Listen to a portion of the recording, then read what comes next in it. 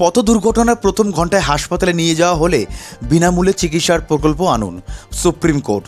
পথ দুর্ঘটনার পর প্রথম 1 ঘন্টার মধ্যে হাসপাতালে গেলে বিনামূল্যে চিকিৎসা দিতে হবে, এই মর্মে কোনো প্রকল্প চালু করার জন্য কেন্দ্রকে নির্দেশ দিয়েছে সুপ্রিম কোর্ট।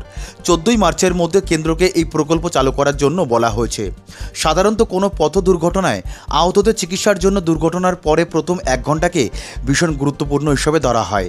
এই 1 ঘন্টাকে চিকিৎসার গোল্ডেন আওয়ার বলা হয়।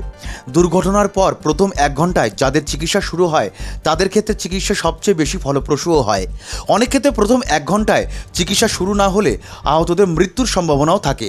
বুধবার এই আশঙ্কার দিকটি উল্লেখ করে সুপ্রিম কোর্টের বিচারপতি অভয় এস ওকা এবং বিচারপতি অগাস্টিন জর্জ মাসিহর বেঞ্চে এই নির্দেশ দিয়েছে। আইনি খবর পরিবেশনকারী ওয়েবসাইট বার অ্যান্ড বেঞ্চ অনুসারে সুপ্রিম কোর্ট জানিয়েছে, দুর্ঘটনার প্রথম 1 ঘন্টার আহত ব্যক্তিকে বিনামূল্যে চিকিৎসা দিতে বাধ্য কেন্দ্র। মোটর ভেহিকলস অ্যাক্টের 162 ধারা অনুসারে ওই সময় বিনামূল্যে চিকিৎসা দিতে একটি প্রকল্প থাকতে হবে।